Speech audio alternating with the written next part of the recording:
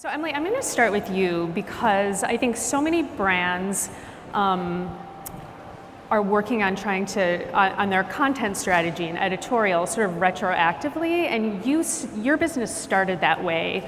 So talk a little bit about how content is a part of your brand and how it all started. Sure. So we started as Into the Gloss. It's a beauty blog that I started out of my apartment back in 2010. The objective of which was to create a new conversation around beauty that was all around personal style and all about highlighting the fact that the way women are consuming beauty in today's day and age is primarily through recommendations from her friends. So Into the Gloss took the approach of interviewing hundreds of the most stylish women from around the world about their beauty routines, their purchasing patterns, what resonated with both product and beauty brands, and using Into the Gloss as a platform through which community built around sharing tips and tricks. And Glossier was launched 3 years later in 2014. All direct to consumer. We remain direct to consumer today, so that we can tell the stories we want to tell and most importantly, involve our community in everything we do, from product development to offline activations, and deliver the best possible end-to-end personalized experience for her. And what people don't know is that Sweetgreen actually started as a salad blog too, right? Salad tips. No, but you do a lot with content too. It's become a big part of your brand and strategy. How do you do it? For us, content is just a way for us to tell our story. And we think about what Sweetgreen's about. It's about connecting people to real food, and a lot of that starts with trust.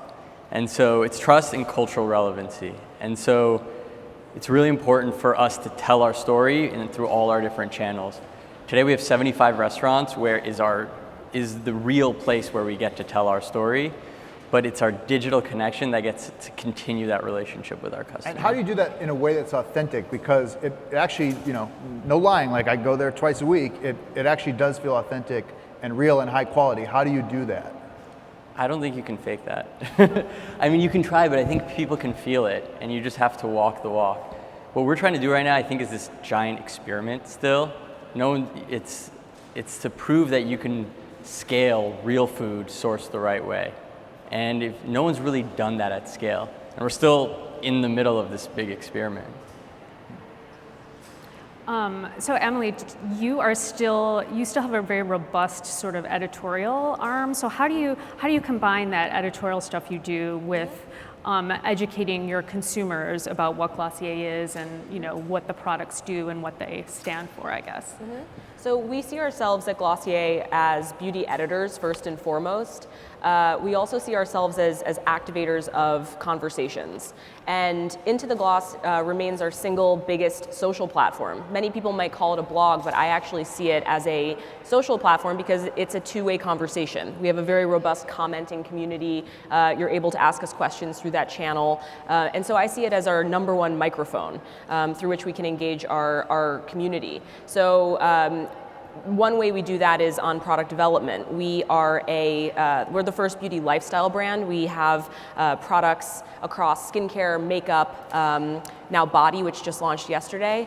And that's one of the beautiful things about being digital. You don't have to, pigeonhole yourself in one way. We can really respond to our audience and make whatever product she wants us to make. And so one of the things that we really rely on is our customers as co-creators and sort of co-conspirators of our company. We see every one of our customers as an influencer, and we're really encouraging her through our content on Into the Gloss to become the expert of her own beauty routine, as opposed to relying on actually brands as an expert or even brand appointed experts. We really see her being in the driver's seat when it comes to electing the brands and products and behaviors that she believes in. And so on Into the Gloss, we often ask her for her advice on products that we're working on. We recently, a few weeks ago, asked what would she like in a candle scent, and got over 1,000 comments on Into the Gloss about the mood of the candle she'd like to smell, well, and that's following 2 previous posts that we put up in the past couple of years, one on what would your dream face wash be, and that resulted in, again, thousands of comments across multiple channels, and feedback that we then compiled into a brief for our chemist, and resulted in Milky Jelly Face Wash, which is one of our top performing products of all time. Does that make you a tech company? This is something that we get, everyone wants the tech valuation, but a lot of times they're not actually a tech company. Are you, are either of you tech companies? I mean, I think it's tough to say. In many ways, I believe that we're still a content company because I see our products as content. I see them as objects that people purchase and then they give life to. So they're writing their own stories about those comments on their own social media, about that product on their own social media channel.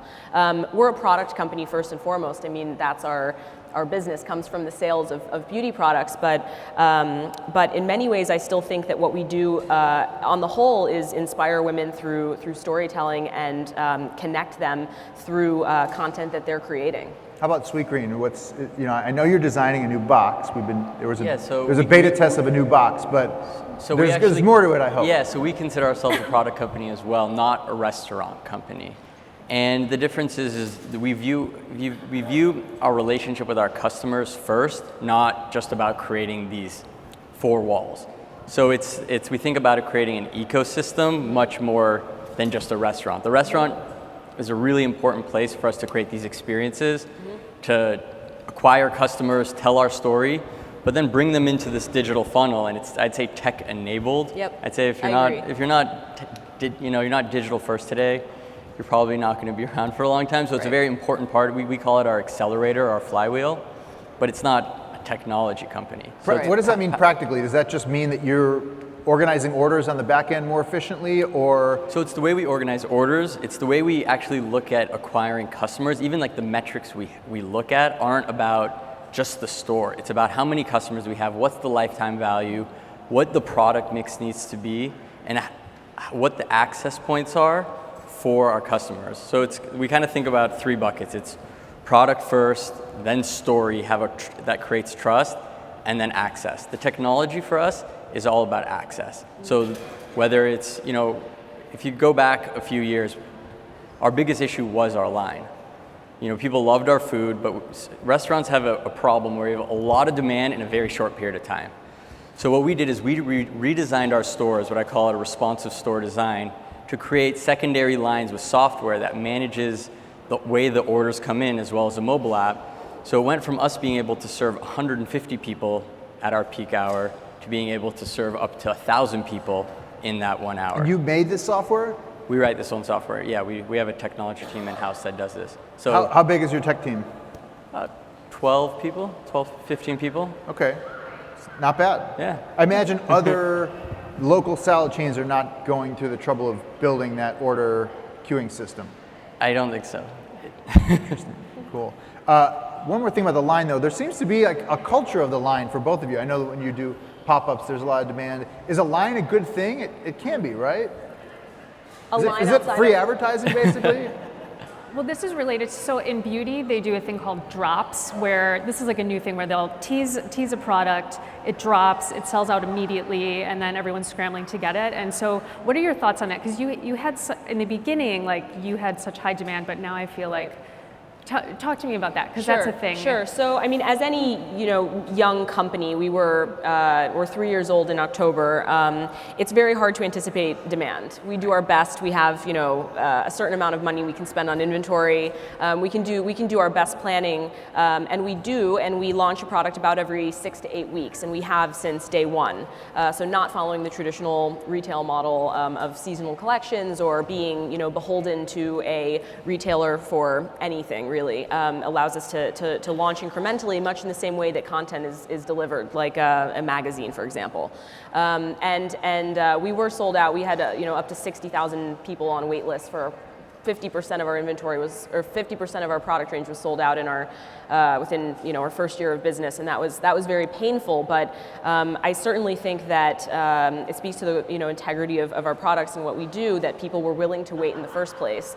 None of it was created demand. None of it was artificial demand. It's funny, people did jump to that conclusion. I think it's just startup growing pains. And today in our offline experiences, we often do have a line, but that again is really due to capacity. We had no idea that 800 women would go on a Saturday to a 6th floor rickety building in Soho to shop for beauty products and to engage with the brand. So he's punting. He doesn't want to talk about the Sweetgreen line. We could talk about this. For us, we're trying to get rid of our lines. We want to serve people food. We like to say we want to meet people where they are and where they're going. So our vision is to have food on demand for you, and to solve that problem of when I want to eat healthy and when I want to make the right choice, not create any friction to doing so. So while the line today may be a good thing for creating hype, right, I think there's so many other ways to do it, and we'd rather solve for convenience and feed as many people great real food that makes them feel great and energized than have a line because it looks good. And at Glossier, we have far fewer stores than Sweetgreen does. We have one. It's in Soho, and we ship domestically in the U.S. and are just launched in Canada and in the U.K. But the difference, I think, between the Sweetgreen store perhaps and a Glossier store is she can buy these products. We have a very seamless, hopefully, digital experience, and she can buy these products and hopefully really understand what works for her online. So the reason she's actually coming to the store, we've learned, is less to do with trying on product and more to do with experiencing brand. So what are the ways that, what kind of experience do you offer then offline? It's interesting. For us, it's more of the brand come to life. It's interesting that, Jonathan, you mentioned the word ecosystem. We very much see Glossier as building a world. And in an age where most of us experience trips to Iceland or restaurants without actually going to them, but on a 2x3 screen, or soon, I don't know how big the X is, but a much bigger screen on our Instagram feeds, it's a rare thing to be able to see anything, experiencing offline, like this is what this world means. And so for us, we think less about how do we optimize sales per square foot, and more about why would she even leave her house? Like, why would she even go into a store when she can buy it, and get it delivered? And so when she comes to a Glossier boutique, there's a Glossier, offline experience. And again, we have one. We're working on more. She can do everything from go into a meditation room called the Escape Room that closes and is a multi-sensory experience, through to we've had some customers order pizza because they want to meet their friends like on our deck. So it's interesting. The Glossier fan or customer will actually, we encourage her to spend more time in our experiences as opposed to getting her in and out, and buy something right away. Yeah, I believe that's the future of consumer brands. It's hyper experiential and hyper convenient, and everything in the middle is going to go away. You have to give your consumer a reason to go outside, right, because everything else is going to be at your fingertips, delivered to your door. And so for us today, our experience is about community. It's about going and feeling with your five senses. It's going and seeing, walking into a store and hearing the music, smelling the food, seeing the food being, a lot of people ask what's different about Sweetgreen? Well, what's different is the way we source the food and the fact that we make our food from scratch every day in every kitchen. Everything we make is made there. Every dressing, every protein, all the lettuces are peeled, washed, and chopped there. And so showing that theater there, sitting on the bleacher seating, seeing your friend, all tasting something you haven't tasted before. And that's the point of a store. Otherwise, if it's, if it's just about procurement, you can do that. Yeah, there's going to be so many more efficient ways. And, I think for us it's challenging because it's fresh, perishable product, but we're going to solve for that. So the stores are going to be these community centers of storytelling. I'd love to hear about what's challenging about growth for both of you, because obviously you have to grow, but imagine you have kind of different constraints for each of your businesses. What's driving you crazy right now? I think certainly it's a long list of things that any CEO drives any CEO crazy. Mostly it's just wanting to do everything all at once. So I think being disciplined is challenging. We have international demand. Over 50% of our readers on Into the Gloss and 50% of our followers on Glossier's Instagram are from other countries. I think in today's day and age, if you're a brand on Instagram, you are inherently a global brand, whether or not your product is available to that customer in Indonesia or wherever it may be. There's a lot of regulatory with beauty, as I'm sure there is with food or anything you're ingesting or putting onto your skin, and so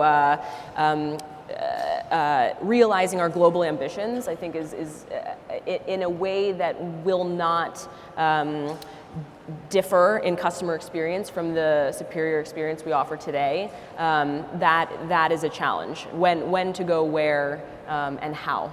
My new travel hobby is finding the Sweetgreen clone in every city that does not have a Sweetgreen. I was really impressed that you've been to all of them. I've been to all of them. There's one in Atlanta that literally copied your Kale Caesar, just changed one letter in the name. Everything's exactly the same. There's one in Seoul, Korea. Are you obsessed with the clones, or are you just trying to grow at your own pace? It's flattering, but there's nothing there's certain ones that we try to do something about to protect our brand, but there's certain ones we can't. There's one that's funny. We like to say part of the lifestyle we promote is this idea of passion and purpose. So there's one in Tokyo that copied everything we do, and the only thing they changed is it's passion X vibe. Instead of passion purpose? Yeah.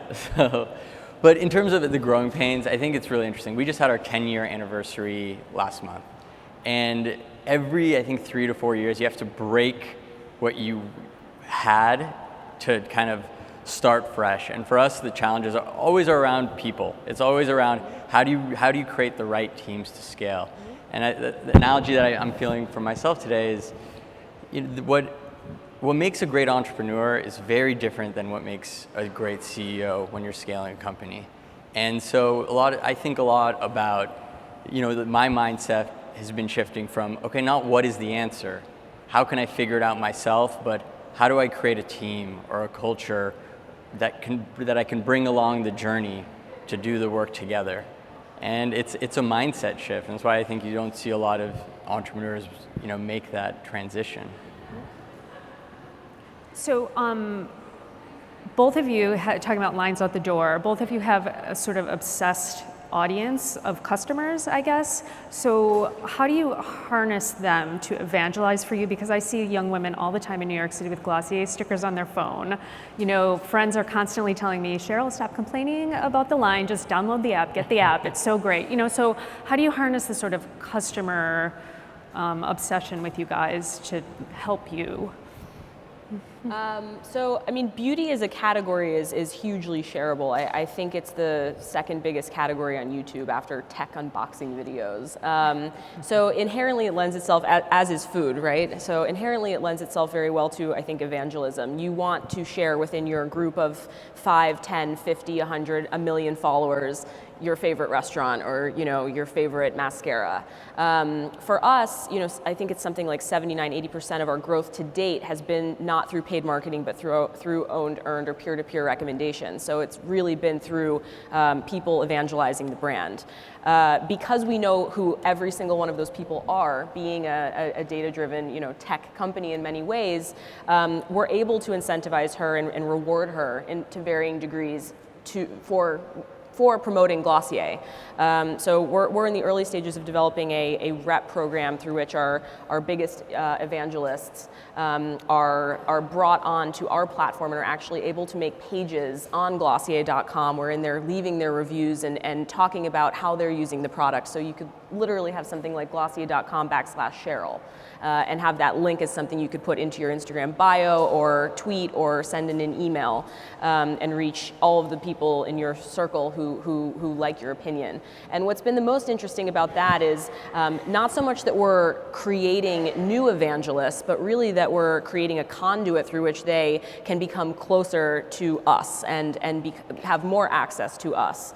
So the rewards and the sort of incentive structures that we've spent a lot of time thinking about, the women who are participating are actually much more interested in experiential rewards or in working closer with us or early product access than they are in any kind of monetary reward, which I think really speaks to the experiential age that we're in. Are there salad influencers to harness? There actually are. And our approach, it's similar. We want to meet people where they are, and our food is fuel. So we try to find communities where we can work with these influencers or brand ambassadors to just provide the fuel for what they're doing, whether that's a run club, a yoga studio. A lot of it is in fitness, a lot of it is in beauty, where our customers naturally are. And just creating shareable great products and shareable moments. And we have specific tactics, whether it's on our app, you can make a salad, name the salad, share it on your social network, and your friends can then go order that app. There's things like that we try to think about everything we do. How can we make it social and shareable? But it starts by creating something that's emotional, creating great products that are that create an emotional connection that creates trust. And that's what virality is at the end of the day. It starts with something that people love. You've also done some stuff with, micro, I don't know, you could call them micro celebrities with the Squirrel Chef, Jessica Koslow. You've done some other things like that. Do those work? Yeah, those are our drops. Those are like our product collabs. So we do a few product collabs a year, and again, they're our way of telling a story and having some connection to the local community. So we've done collaborations with, one of our first ones was with David Chang, and it was when we were testing hot sauce, and so we wanted to do a salad with him to tell that story. One of our big ones that we bring back every year was with Kendrick Lamar. Kendrick Lamar was headlining. It was actually not even headlining. It was in 2013. He played our festival, and really actually took a liking to the brand. Festival? You have a festival? We believe What's in experience. Your festival? We have a festival called Sweet Life Festival. Okay.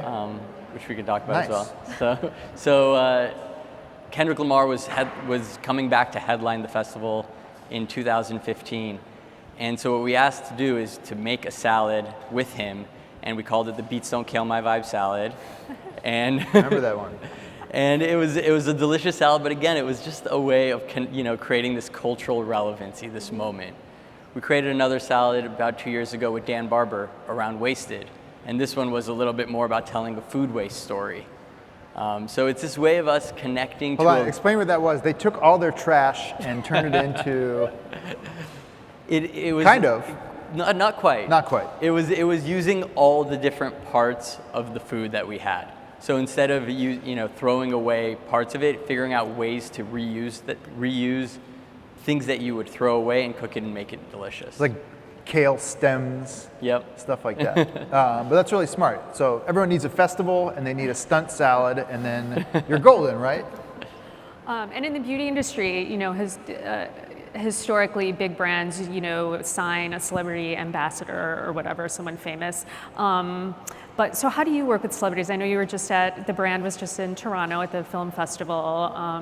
So how do you work with celebrities, influencers, notables in a non-traditional way? Yeah, so traditionally backing up, we really do believe that every single one of our customers is an influencer. To my point earlier, every one of you in the audience is influential to your group of friends. That's hopefully why you're friends. They care about what you think. So for us, we treat our every one of our customers no differently than we would a celebrity. Like there's no special treatment for Kim Kardashian loves our soothing face mist. She Instagrammed it. We didn't pay her for that. She just uses the product. So we don't believe in the celebrity endorsement model. We believe in, as you said, creating really high integrity product that speaks for itself and that people want to talk about. One thing we also very much believe in is beauty in real life, and so the idea that that a celebrity kind of who's all done up knows more than you as the customer does about your own face, given the age we're in, where you can quickly look up, how to do a cat eye on YouTube and learn how to, or read Sephora reviews about a product you're interested in, and learn from people you've never even met before, but who have similar skin to you about a product. I think that those are all far more informative ways of making purchasing decisions than a celebrity, on an ad. That's how I shop. We're going to take audience questions in a minute, so please line up if you have one. It would not be Code Commerce if I did not ask a payments nerd question. This one goes out to Jason Del Rey, wherever he is. So you went cashless. How's that experiment been, and what have you learned?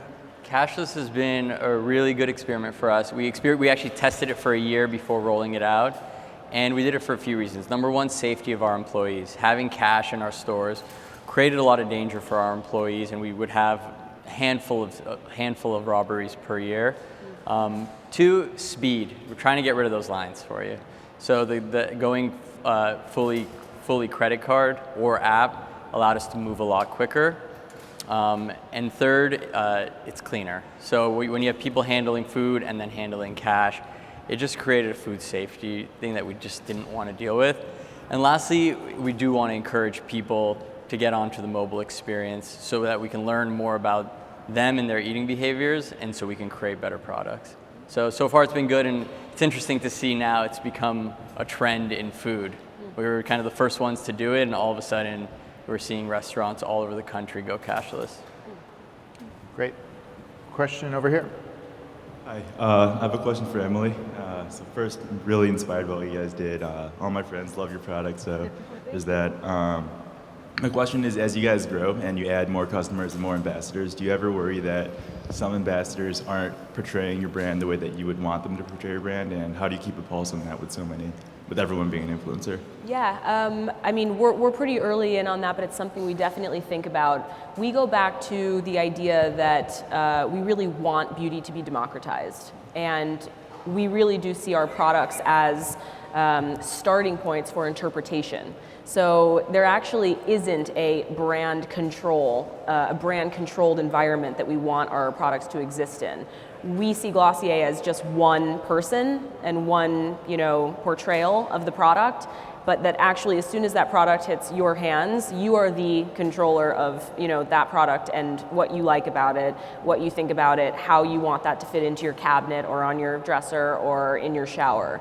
And the pictures you take and the things that you say about it, it would be very naive, if not crazy, for us to think that we have any say over that. So rather than trying to fight it or have a brand knows best approach to the way that our customers are experiencing our product, we actually just really encourage a totally diverse and much more inclusive approach to a wide variety of stories being told about Glossier. And I told you this right when I saw you, but your inclusive new ad campaign, if you guys haven't seen it, is really incredible. Thank you. Yeah, we launched our body hero range yesterday with 5 of our friends. So interestingly, no celebrities. Again, very interesting. Check out @Glossier if you want to see it. But I was inspired because it was provocative, but provocative with a message. It had a reason for it, and so. Thank you. Really nice. Adorable. Yeah. Over there. This is a question for Jonathan. You talked about connections and relationships with your customers first, and it really does feel that way in your stores. So I'm just wondering, how do you ensure your frontline staff buys into that mindset, and what does that training program look like? Great question. So our people are our most important ingredient, and for us it starts with our values. It starts with the profile of how we look to bring people into the Sweetgreen family. So we've looked for people that are hardworking, coachable, curious, and humble. And so start with that, and then there's a training program that starts with the mission. So when you start working at Sweetgreen, it's not straight to how do I chop onions? It's let's go see a farm. Let's go see what this is all about, why we're doing this, and then we get into the role-based training. And we think about everything through the lens of our core values. And we talk about these ideas of win-win-win, keeping it real, making an impact, adding the sweet touch. And we really that's how we create a family. And so it starts with that, and if we believe that if we treat our employees well, we treat our team members well, they'll treat our customers well. So it's I think the hardest thing we do. We have about 4,000 employees, but it's the most important thing that we do. One over here. Payments question follow-up for you, Jonathan. I'd like to know, has it made a difference to your bottom line either way, going cashless? And secondly, do you ever worry about excluding people, perhaps low-income people or older people? Both great questions. Yeah, so in terms of the bottom line, we have no real improvements there, and just the only thing is no more theft, so that's good. In terms of the exclusion, it's something that we talk a lot about, and we're working on a solution to have an option for those people who do not have a credit card. Today, the communities that we're in, most people do, but there is a very vocal group of people, whether it's because of them or because of because of this wanting to be inclusive, that we're very, very conscious of. And so it is something that we're working on to create a way, essentially, where people can, with cash, have some sort of digital payment. Thanks. Hi, my question's for Emily. My name's Susie. Huge fan. My daughter and I both share the milky jelly, so that's the cleanser. My question is about content. You know, saying that one is a content company, I think, is a popular phrase. And so when I think about Glossier and I think about the competitive set, is it L'Oreal or is it Refinery 29 or is it both? And where do you see growth? Yeah, it's a good question. I mean, I guess conceptually, I think of us as content, but really we're a product business. That's just the artist in me and the former journalist who wants to. No, but I don't necessarily see there being competition for us because there are very few beauty companies that have been created yet that are digitally native and involving the customer at the level that we are in the co-creation of the brand. But that being said, I think I don't know that I would position what we're doing alongside either of I wouldn't position us next to content companies or those traditional product companies because I don't think either of them are involving the again their reader or the user in such a way that we are. Great. With regards to opportunity, I think to be a voice in women's lives as a gateway to beauty and lifestyle, I think Glossier is just a perfect brand for that. Well, thank you. Yeah, I mean, I like to see us as stirring the pot. Like I like to see the ideas that we're presenting, be it the product that has the customer baked into it, to the articles that we're featuring on Into the Gloss about different women's routines. I think Into the Gloss and the top shelves really created a new behavior in many ways on how women were celebrating and merchandising their own their bathrooms and bringing that out into the open, right? And really making beauty something that's not just okay to talk about, and post about, but make it something that is a way of expression and should not be treated in a sort of frivolous or second-hand way. So, if nothing else, I hope that we're encouraging her to become her own expert, not just of her beauty routine, but of her whole world. Thank Great. you. Jonathan, Emily, thank you so much. Thank you. Thank you.